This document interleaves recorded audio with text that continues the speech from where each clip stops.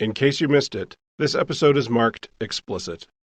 This is your chance to hit pause and come back later. If you don't want my opinion, Episode 7, Rumors and Revelations, by Carl Marking. Are you two lovers? All eyes were on Ray and me, as if everyone were watching a tennis match. Ray stood up. Yes, it's time you all knew, he said as he crossed the room to me. He faced me, blocking me from everyone's view, wrapped his arms around himself so his hands were on his back, as if I were holding him, and he pretended to make out with me while he dry-humped my leg. Everyone started laughing and moved on, except Virginia. She looked unconvinced and troubled. I never confronted Dick about going through my desk. Instead, I put my personal things in my car and did my best to avoid the matter. I couldn't stomach conflict or confrontation, and at that point in the semester, and given his recent behavior, I felt anything I did would just make things worse. Though other than physically attacking me, I didn't know how things could get any worse. He made it his mission to tear me down about being a fag, and made endless remarks about my queer lover Ray. Although Dick was making my life a living hell, there was a part of me that felt I had it coming. It was my letter, and I was naive enough to have left it unsecured. But I felt he had no right to trash Ray, who had been pulled into my lies. It put a strain on him as the rumor spread. He was doing his best to be a good sport about it, but he was clearly bothered. It made my writing Ray a letter impossible, as it would confirm Dick had indeed found a letter that I implied didn't exist. I came into the room one afternoon and found Mark lying on the floor, on his belly, studying. He was wearing an Oxford shirt, tighty-whities, and dress socks. His body clearly reflected his commitment to swimming and lacrosse. "Hey," I said as I walked by him, trying my best to avert my eyes. Mark had remained neutral amid the tension between Dick and me. He was pre-law, and I often felt he had the temperament for it. "My brother is gay," he said, without looking up. "The family is having a hard time, but I'm cool with it." Dick must have been talking to him about me. I sat on my bed, and we kept eye contact with one another for a few seconds. He was showing his support as best he could. People our age at that time didn't have examples to draw from of what it looked like to support someone as they came out. Without another word, he put his stuff away, finished dressing, and left for work. There was another girl in our pack of friends, Violet. She was quite similar to her namesake from the Peanuts characters, right down to her tough demeanor and jet black hair, which she often kept swept up in a bun.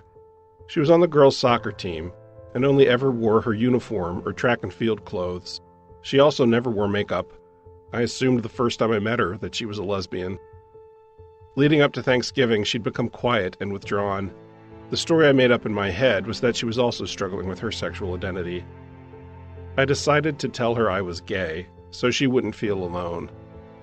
When I went to her dorm room one night to tell her, she began telling me how she was being harassed by some of her teammates.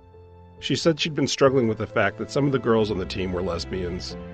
She said they'd been saying lewd things to her, and she'd been hit on more than once. "I'm so glad you came over. I have no one to talk to about it, and I always feel like I can tell you anything. You never gossip about people." "Oh, I know how to keep a secret," I said.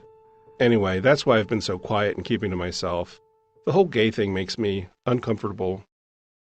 I didn't know if her discomfort came from some inner struggle similar to my own, or if it was based on bias and disdain. I was flattered she felt she could open up to me, but wasn't sure how to respond. "I don't want to talk about it," she said. "So what's up? You had something you wanted to tell me?" "I just wanted to tell you to have a nice Thanksgiving." I kept the original intent for my visit to myself, and said goodnight. Thanksgiving came and went. I never gave Ray a letter, and felt powerless about Dick telling everyone on campus about us being lovers. I was rattled that I had no control over what he was saying about me. Ginger's warning to me to be careful who I told I was gay had become prophetic.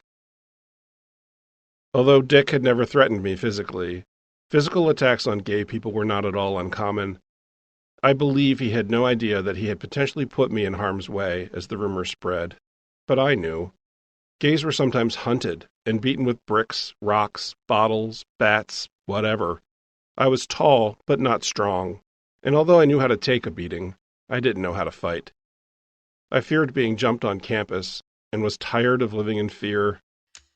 I felt as if life was closing in on me, and I couldn't find any open space. The week after Thanksgiving, I saw a therapist for the first time through the counseling center. He was a grad student at the college. That's what you got for free. I didn't know what to expect, but I figured it couldn't be any worse than the doctor I'd seen at Psych Services before the break. His name was Julio. He was Latino, and so I assumed also Catholic. Once I'd made that association, I was on guard and had little optimism for any discussions about my potential homosexuality. Our first session was mostly an interview of what led me to seek counseling and some of my family background. Although my issues with Dick were what originally led me to seek counseling, things were beyond repair. Given he was so much like my brother, we focused on him.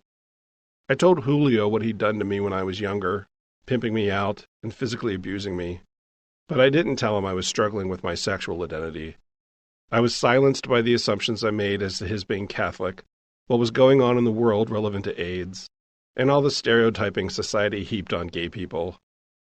I doubted a grad student could help me on any of these fronts. I also didn't want some university medical record stamped with the word homosexual. Susan and Sarah continued to conspire to get Virginia and I together. Even with rumors of Ray and I being lovers, they continued to fuel her hopes that perhaps, under the right circumstances, I would fall for her. Someone devised a scheme that everyone would meet at Virginia's house to go see a ballet production of the Nutcracker Suite at the beginning of December. I'd never seen it, but had always loved the music, so I agreed to go. Just before the show, people began canceling for various reasons, and when I showed up at Virginia's house, it was just the two of us.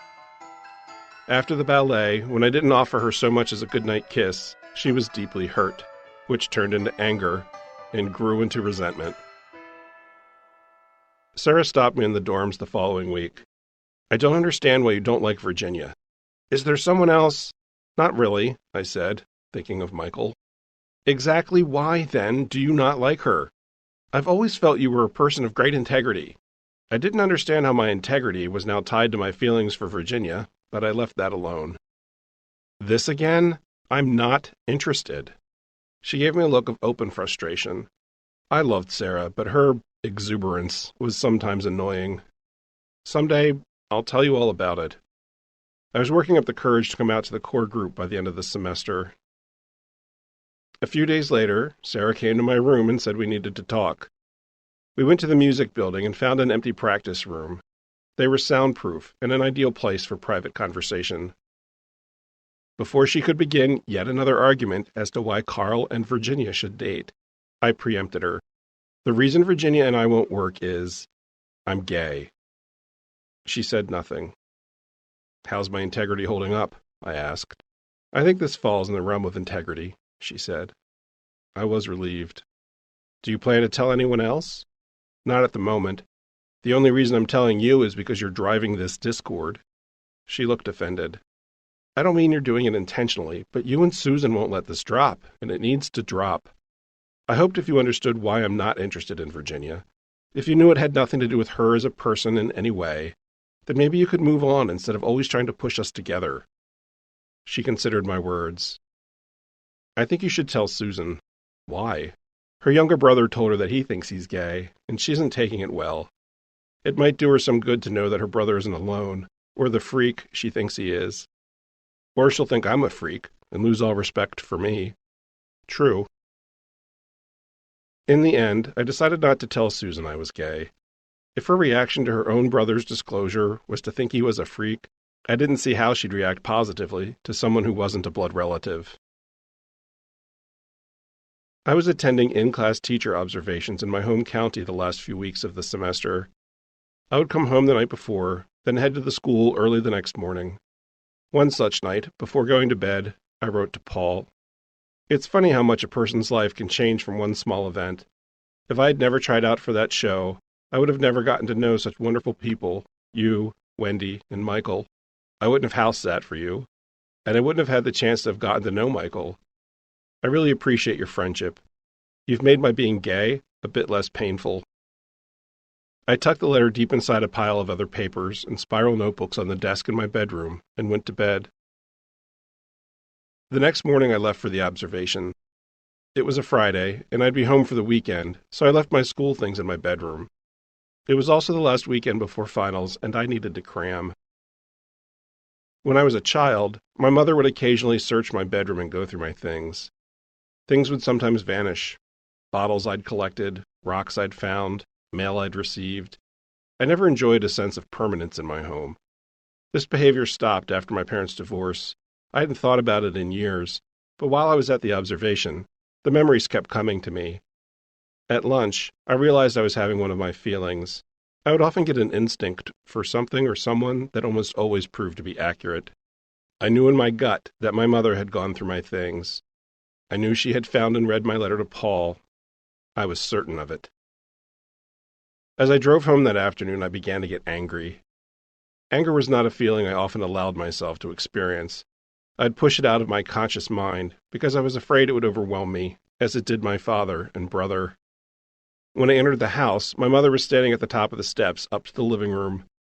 I had barely closed the door, and she was on me. "So, how long have you thought you were gay?" It was an accusation framed as a question. "A while now." "It was quite a kick in my gut," she said.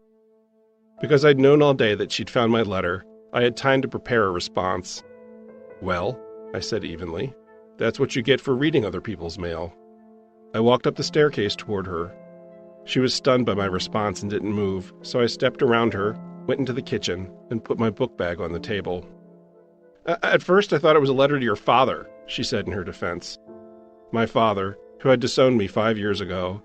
My father with whom I'd had no contact with since my 16th birthday. It was a desperate lie. I held her gaze. "Does that give you the right to read a personal letter of mine?" "It's none of your damn business either way." We were both surprised I'd said that. My anger and exhaustion seemed to be giving me unfamiliar courage. "Did you leave it out, hoping I'd read it?" "Leave it out? That's a stretch. We both know it was mixed in with stacks of papers and notebooks on my desk. You had to search to find that letter." Caught in her second lie, and surprised I had so quickly connected her question to the fact she had to search to find the letter, she went into her bedroom and began getting dressed for work. I also went into my room, changed, grabbed a textbook, and sat on the living room sofa. I was being uncharacteristically bold. She came out of her room and sat in the lazy-boy rocker opposite me. "So that's it? We're not going to discuss your problem? Just end of discussion?" I closed the book, put it on my lap, and made eye contact. "What do you want to know?" She was caught off guard by my ability to hold my ground. Normally, I would have moved instantly to denial and begged forgiveness for whatever offense she thought I'd committed. "Nothing," she spat. "I don't want to know anything." She stood up, glared at me, and walked back to her room. "I won't accept it if that's what you want," she called out. "Then I guess that is the end of the discussion," I called back and focused on my book. She didn't say another word and left for work, slamming the front door behind her. I closed my book and set it on the couch. My heart was racing and my hands were shaking. Later that night, Ray came over as planned.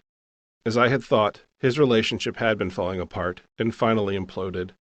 They had broken up just after Thanksgiving, and we were going over to the apartment to take her bed back to her parents' house, where she had returned to finish the semester. "My mom and I had a major fight earlier," I said as we drove to their apartment. "Man, I'm sorry to hear it. Something seems to be in the air," he said. Neither one of us had much to say, and we completed the trip in silence. On the way back, Ray asked, "How'd you like to backpack across Canada this August?" "Seriously?" "Yeah. You're about the only person on the planet who can tolerate me for an extended period of time." We laughed, because it was true. "Anyway, it's something I've always wanted to do before I finish college," he said. "Sure, I mean, why not? Let's figure it out and make it happen." "Really?" "Really." "Well, all right." We left the mattress on our parents' front porch. Ray and I were months away from turning 21, but he always managed to get liquor. He picked up 2 six-packs of beer, and we headed back to my house. We put a movie in the VCR, and after a few beers he asked, "What was the fight about? With your mom?" I took a long drink from my beer as I thought about the letter I'd started writing him before Thanksgiving. The letter I wanted to give him so he could know the real me, and the way he said I knew him that night he told me about his car accident. The letter Dick had found that made him think Ray and I were lovers. The letter I denied existed. The letter that caused me to take all of my personal things home, which led me to write my letter to Paul in my bedroom rather than at school. The letter in which I thanked Paul for making being gay a bit easier for me. The letter that led to the confrontation with my mother. I took a deep breath, looked at the floor, and said, "I think I'm gay." "Man," he said, and took a drink. He looked at me, holding my gaze, inviting me to continue. "I've been struggling with it for a really long time. I'm so tired of trying to be something I'm not. This semester's been unbelievably difficult. The way Susan and Sarah have been shoving Virginia at me. They've asked me why I won't go out with her almost every week this semester. She's nice enough, but why should I ask her out if I don't think there's any future? Why would I pull her into my struggle?" He said nothing, and we drank our beers. And Dick did find a letter in my desk, but I don't know where he got the idea you and I were lovers. Well, was it a love letter to me? Not as such. We made eye contact.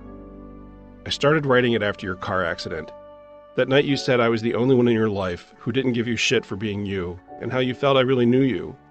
I felt by not telling you who I was, who I really was, that I was somehow lying to you, and I hate lying, and you wanted me to know you too," he said. "Yeah." We were quiet for a couple of minutes. "Dude, that must have been super gay to a dick like Dick," he said. We laughed. "He's been making my life a living hell ever since." We drank. "I'm really sorry I got you caught up in my shit. It's been quite the semester, hasn't it?" he asked. We clinked our beer bottles. "You know who's going to be happy you're single?" I asked. "Who?" "Susan." "Seriously? Dude, she's had her eyes on you ever since I introduced you. Every time you enter a room, she brightens up and tosses her hair." We were quiet for a while, paying no attention to the movie. "I kind of like her," he said. "Really? You've hidden it well." "Dude, I was in a relationship." "Oh, yeah," I said. Ray drank twice as fast as me and would get amped up when he approached being full-on drunk. He started moving around the room, from the sofa to the love seat to the rocker. He couldn't sit still. Suddenly, he put his beer down and crossed the room to stand in front of me. "So if you're gay, I guess I shouldn't do this." And he fell forward, his face an inch from mine, his arms straddling my head as his hands rested on the back of the sofa over my shoulders, and he began dry humping my knee. "Don't mess with fire," I said, and tackled him to the living room floor, and we started wrestling. "Hold still," I said. "You're like wrestling a greased pig." We were both laughing. "You want to see gay?" I asked, and went to plant a kiss on his cheek. Just as I was about to do it, he squirmed, and I ended up kissing him on the mouth. It was nothing more than a peck. There was no romantic or sexual intent behind it for me. It was simply how we lined up when my kiss landed. "Who's gay now?" I asked. "You are," he said, laughing, and pushed me off. He got us beers, and we went back to watching the movie and talking about nothing, as he continued to pace around the room. He was supposed to sleep over in my sister's room, but as I got up to go to bed, he said he couldn't sleep in any bed but his own. "Dude, you're too drunk to drive an hour back to campus." "I've driven drunker than this." "Yeah, and you've almost killed yourself doing it, more than once." "I'll be fine," he said, and left. As I lay in bed, the room spinning, I thought he'd taken the news better than I expected he would. I hoped he could handle it. We'd already made plans to room together for the spring semester, and now we had Canada to look forward to. The next morning I had to be at Strawbridge's before opening. I kept thinking about the possible fallout from my mother having read my letter to Paul. I wasn't surprised, given our history, just angry that she'd violated my privacy. She had no reason to enter my room, let alone go through my things, and I felt stupid for once again having not taken more precautions. It hadn't occurred to me that I'd need to in my own bedroom. By the time I got home from work, She'd left for her shift at the hospital. I decided to head back to campus to study and to avoid any more discord with her. Before I left, needing to stand up for myself, I wrote her a letter. Mom, first of all, if anyone has a right to be angry about something, it's me. You had no business reading that letter, regardless of who you thought it was to. Any pain you feel from reading it, you deserve. Second, I think you're overreacting. I'm not committed to anything. I believe it is a possibility that I am gay. Whether I am or not, I don't know. To me, it isn't important at this point in my life. Right now, all I'm worried about is finishing school and getting a job. If, in the future, I determine I am gay, you'll either accept it or you won't. But let me tell you now, if I am, and you don't accept it, you will drive me away, and I will never make an attempt to reestablish a relationship with this family again. Of this you can be sure. I understand if you are confused and upset and hurt, but this is completely my problem, and you have no say in it. I don't consider it a problem at this point in my life, and wish you wouldn't either. I signed it, Your Son. It was the boldest I'd ever been with my mother. I left the letter on the kitchen table and headed back to campus. Sunday night after dinner, most of the pack got together in Susan and Sarah's room. Virginia ignored me. She and Jonah were both acting weird, and I wondered if he had told her what I'd shared with him over the summer. In fact, Susan and Sarah were also acting weird. Ray was just Ray, drinking and cracking jokes. I guess Jonah let the cat out of the bag, I thought. Finals week began. Ray and I were studying together Monday night. Do you mind if I ask Susan out? He asked. I told you I'm gay. Why would I mind? About that. Are you sure? I mean, until a couple years ago, I didn't know how to be around girls. Then a friend of mine broke it all down for me, and it changed everything. I'm pretty sure. Well, you and Susan seem pretty close to me. If I didn't know better, I'd say you two were into each other. We are close, but I'm not into her that way. By the end of the week, they had plans to go on a date just before Christmas. For all Joy's efforts tutoring me, I was too upside down in my calculus class, and the final was irrelevant.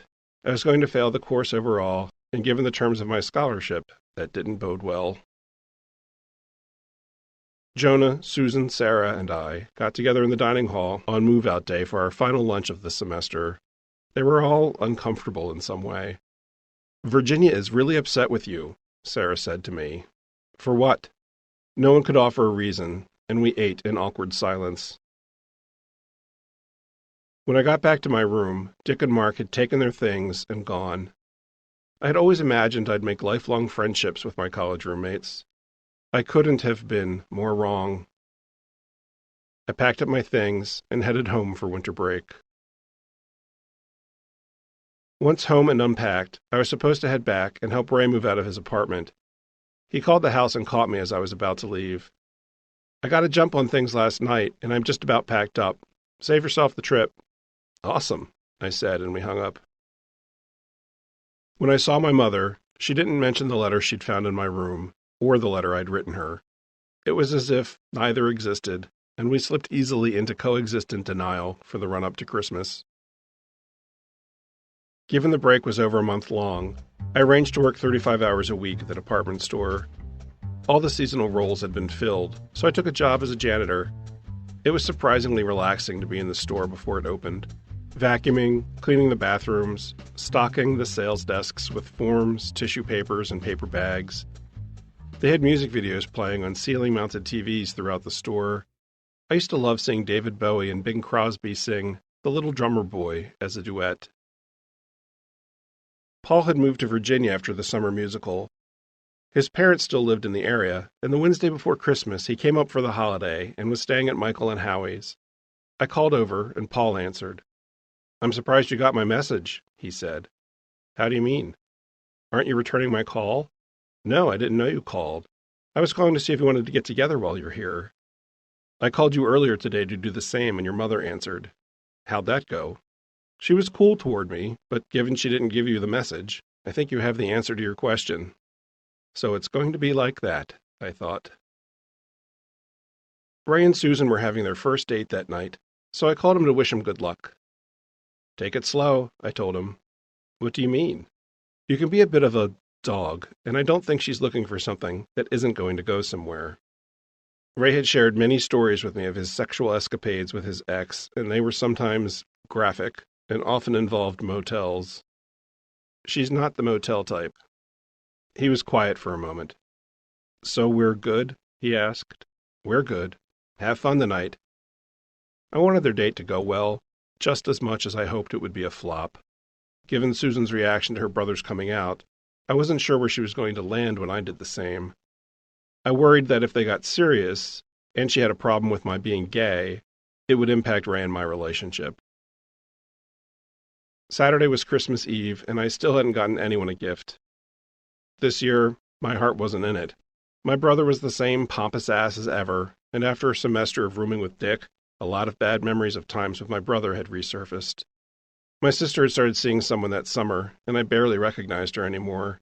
She was always so resolute in her opinions and behaviors, and now tied herself in knots trying to please this man. And the tension with my mother, though never acknowledged or discussed, was off the scale. My mother happened to mention that she liked a set of Norman Rockwell mugs she'd seen in the catalog of a nearby store. Rockwell was the only artist she admired other than her father. When I went to get them, there were 3 sets of 4, each with different artwork. Not knowing which she'd like, I bought the entire collection, and a wooden wall rack to hold them. Then found emotionally neutral presents for my siblings, and called it a day. My brother was non-committal about Christmas. He usually blew in for dinner and presents. My sister came down to spend Christmas Eve and Christmas Day with us. I was in my room wrapping presents, and could hear her and my mom talking in the kitchen, which was opposite my door. I finished wrapping and entered the kitchen. My sister was putting something in the fridge, and all I could see was her blonde hair and shoulders. When she closed the door, and I could see her body, I was shocked. She'd lost so much weight, too much weight. My family was full of dysfunction, but of everyone in our immediate family, my sister and I were the closest, such as that was. I always saw her, really saw her. Who she was, what she liked, what she was going through. I was easily her biggest fan within the family. As kids, we used to do so much together. Ceramics, Christmas caroling, selling Girl Scout cookies and fruit for the marching band door to door, playing in community bands. She was even my protector against my brother and the world at large for a time. The winter after I had refused to blow the kid who approached me at the ice cream truck, he approached me again at the local ice skating pond and got rough with me. My sister saw I was in trouble and intervened. Her 6th grade self threatened him with such grit he left the pond in fear of her and never approached me again. We had our ups and downs, but she was the only one in my family with whom I came close to forming a meaningful emotional bond. The abuse she received from our father and brother drove her to isolation at an early age, which weakened that bond. Occasionally we'd consciously invest energy and effort to restore it, but then there'd be some subsequent interruption, and we'd lose it again.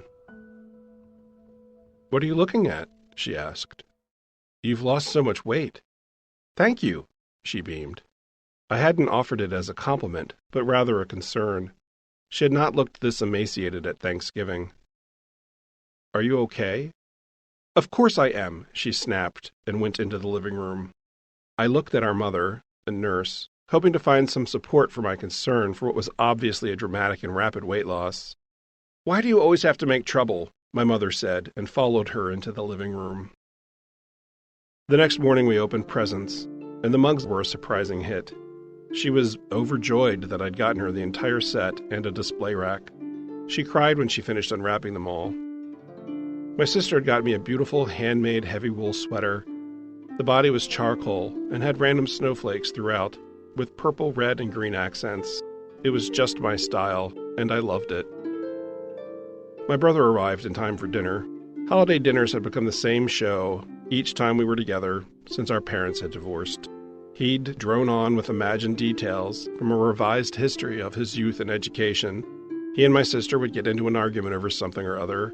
He'd try talking positively about our father. We'd all shut him down. Then everyone would retell various traumatizing events Dad had unleashed on one or all of us. Things with Michael had been cooling off. I knew, considering the situation, I shouldn't have expected anything more than sex from our relationship, but I'd gotten my heart involved and had fallen in love with him. I didn't know what I was doing or how to navigate the situation. I caught Ray on the phone a couple days after Christmas. "I can't believe how easy it is to be with Susan," he said. "We've already been out twice. We stayed out last night till 2 in the morning, just talking, after we went bowling." "That's great," I lied. He and I were supposed to do something that night, and I could tell where this was going. "About tonight. Can I get a rain check? I need to take a night off." "Sure, no problem." I felt instantly insecure. When Dan and Kathy started dating, he naturally pulled away to spend more time with her. I really missed Dan, and I didn't want to lose another friend to love. And I was afraid the same thing was about to happen with Ray. "Are you seeing Michael?" "No, things are weird between us." "I mean, what am I supposed to expect? The guy's in a relationship and I'm just—" "Sex," he said. "And there's nothing wrong with sex with no attachments. Except I wanted attachments." "Are we still going to Violet's New Year's Eve party?" I asked. "Yeah, I figure you, me, and Susan can ride over together." "Sounds good." I lied again and hung up. I was confused by my feelings about Ray and Susan. I was happy, jealous, hurt, scared, and annoyed all at the same time. He took an active interest in my being gay and was doing his best to pivot with my revelation, and I wanted him to be happy, but I didn't understand my conflicting emotions. For years I had thought all of my problems would be solved by finally owning up to the truth I'd known since 5th grade when I looked up the word faggot. I thought if I could only figure this out and come out, all the stress I carried would fall away. I was realizing I was wrong. I'd come out to several people at this point, and had even found a guy I trusted with whom I could explore the physical side of being gay, but I didn't feel any better about myself. In the end, Ray, Susan, Jonah, and I carpooled to Violet's house, and everyone did have a blast. About a half hour before midnight, Ray found me. "Let's go for a walk," he said. "It's below freezing. That's why I have this," and he waved a bottle of Jack Daniels in my face. Violet's neighborhood was quiet and dark, except for the bright half moon and people's Christmas decorations. Ray walked beside me. He was drunk and put his right hand in the back right pocket of my jeans to support himself as we shuffled down the center of the street. I put my left arm around his shoulders to support him. "I'm still doing coke," he said, and took a swig from the bottle and handed it to me. I said nothing, took a drink, and handed it back. "I do okay until I'm with my brother," he said. We swapped the bottle again. I could tell he had something to get off his chest and just kept quiet. "And the thing that worries me is, I can't stop once I get started." Again we swapped the bottle. "I have to have more, and more, and more." I thought back to the night he ended up in the hospital and wondered if maybe it was an overdose and not from some stranger having put something in his drink. Had he been out with his brother that night? "You're still the only person who has ever fully accepted me. I'm so glad we're friends," he said. "I feel the same way." The arm I'd put on his shoulders began to fall asleep. I tried multiple times to put my hand in the back left pocket of his jeans to mirror him, but his leather jacket was just long enough that I couldn't find the opening. I put my arm around his waist instead. "Look," I said, "I'm not going to judge you. I'm here for you when or if you want to try and work on that. As for our friendship, you're the only guy friend I've told I'm gay who actually tries to take an interest in what that's like for me, and I love you for that." We each took another drink. "Let's go back," I said. "This is really hitting me." We staggered back to Violet's house, supporting one another along the way. Everyone had gathered around the TV, waiting for the ball to drop in Times Square to mark the start of the new year. Afterward, anyone sober enough to drive left. Some of the core pack from college stayed behind, and Violet dropped the bomb that her parents weren't letting her return to school for the spring semester. There was no explanation as to why. Jonah, Ray, Susan, and I ended up sprawled out on an L-shaped sectional sofa. I was in the crook of the L. Jonah was awake and to my left, on the short end. Susan and Ray were passed out to my right. My belief that my silence about being gay was equivalent to lying, coupled with entirely too much alcohol, loosened my tongue. "Jonah, I'm sorry I came out to you in the parking lot this summer." I wanted to share something real and honest about me, and all I did was saddle you with a secret that you've had to carry for me all semester. Once the gates were opened, I couldn't shut up. I told him I'd had a crush on him since we'd met in all-county band. I told him how long I'd been struggling with trying to figure out my sexuality. I told him how Dick had made my life miserable the whole semester. I told him how uncomfortable it was for me that Susan and Sarah kept trying to push Virginia and I together. I completely unburdened myself, then passed out. The next morning on the way home, Ray and Susan announced they were officially dating. I hadn't heard from either of them for a week after we got home. I understood Ray wanted to spend time with his girlfriend, but it came at the cost of the time we spent together. I couldn't reconcile my emotions or wrap my head around my jealousy. I knew it was perfectly natural for him to spend time with a girl he was dating, but the timing of it was bound up with my coming out to him and the guilt and shame I carried on that front. It just added to my confusion. I called Jonah a couple of times, but he didn't return my calls, or my mother wasn't giving me his messages. I had no way of telling. I called Violet, same result, although I reasoned she probably hadn't called me back, because if a girl had called me, my mother would have certainly passed that message along. Although I felt Virginia had dug her own hole with the help of Susan and Sarah, I called her too, same result. Given what Violet had shared with me about the soccer team that night in her room, followed by her parents' refusal to let her return for the spring semester, I wondered if maybe she was struggling with her sexual identity after all. Desperate to connect, I wrote her a 1,500-word letter. I shared my own personal confusion around my sexuality, starting with Diane, my freshman year of high school, included the happier parts of Pip, a sterilized version of my relationship with Michael, and ended with my drunken disclosure on the sectional sofa at her house on New Year's Eve. I wanted her to know she wasn't alone, if indeed she was struggling. I figured either way it was time to come out to her, and mailed the letter. The next day, the Christmas card I had mailed to Virginia was returned with one word written on the front of the envelope in her perfect handwriting: refused. My heart dropped. Winter break was almost over, and I'd still not heard back from Violet. Virginia had cleanly cut the cord on any communication between us. I hadn't heard from Jonah. I began thinking the only reason I occasionally saw Susan was because she and Ray were dating and we were best friends. I felt completely rejected by the people I thought were my closest friends.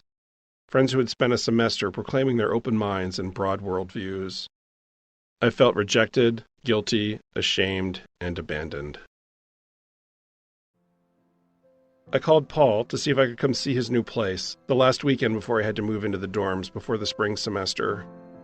It was a 5-hour drive, but I needed some distance from my day-to-day and a change of scenery.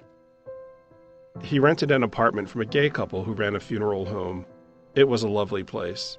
And despite the fact it was attached to a building centered on death, it had a warm, peaceful energy. I brought him up to speed with everything that happened. Coming out isn't easy, Paul said. I told my parents many years ago, and they still struggle with it. I've lost many friends over it, but realized they probably weren't really very good friends in the end. Now I'm very careful about who I tell. I try to be clear as to why I feel I need or want to tell someone, and I make better choices about who I let in. At which point he tousled my hair.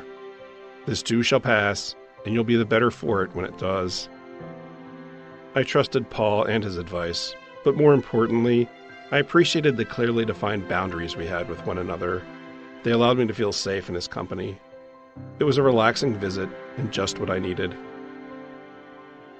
The next morning, I packed up in preparation for heading home.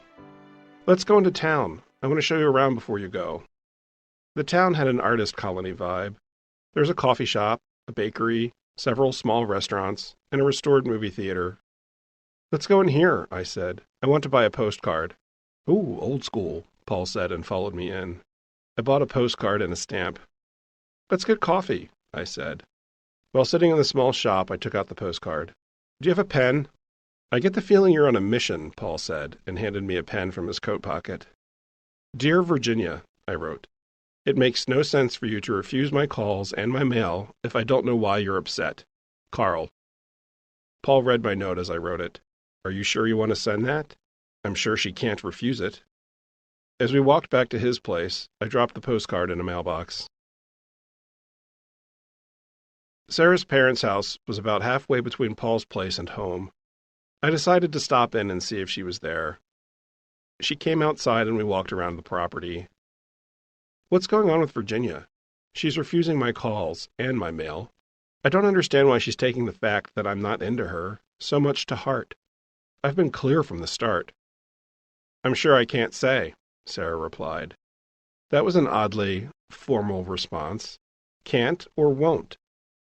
She remained silent. I stopped walking. "Why are you being so weird?" I asked. She wouldn't look at me and remained silent, then turned to face me. "Everyone is upset with you because you made a pass at Ray." I was dumbstruck. Nothing had happened between Ray and me. I didn't even have romantic or sexual feelings for him. But also, Sarah had no reason to make something like this up. I replayed every moment I could recall with Ray, but I couldn't remember doing anything remotely like making a pass at him. Considering Tony and Dan, my passes weren't subtle. If I'd hit on Ray, why couldn't I remember? "I can't believe he didn't tell me," I said. "He realized you were drunk and was hoping you would either not remember or pretend that you didn't." "Didn't what? Make a pass or remember?" "Remember." I was hit with a wave of shame and embarrassment and felt sick to my stomach. Even though it didn't align to my pattern of behavior or my memories, she had no reason to lie, so I took what she was saying as truth. I remembered wrestling with him the night I came out, but thought nothing of it. Lance from the computer lab used to initiate wrestling with me all the time when we'd hang out, so I assumed it was a normal straight guy thing to do. All I could come up with was wrestling with Ray and him going home hours later to sleep in his own bed. If he thought I hit on him or felt uncomfortable, why would he have stayed so long after the fact? "Well," Sarah said, snapping me out of my reverie, "did you hit on him?" "No. At least I don't think so." I had been gaslit my entire life by my parents and brother, and found myself struggling to reconcile the truth of events as I knew them against the picture being painted for me of everyone's perception of my behavior. They had applied a sexual overtone to the things I had done innocently. "Are you telling me the truth?" I was crushed. Sarah thought I may have been lying to her. I'd spent so much energy doing my best to be honest, and at a great personal cost. Everyone's silence suddenly made sense. This was why Ray didn't wait for me to move his things out. This was why Violet never responded to my letter. This was why Virginia refused my mail and calls.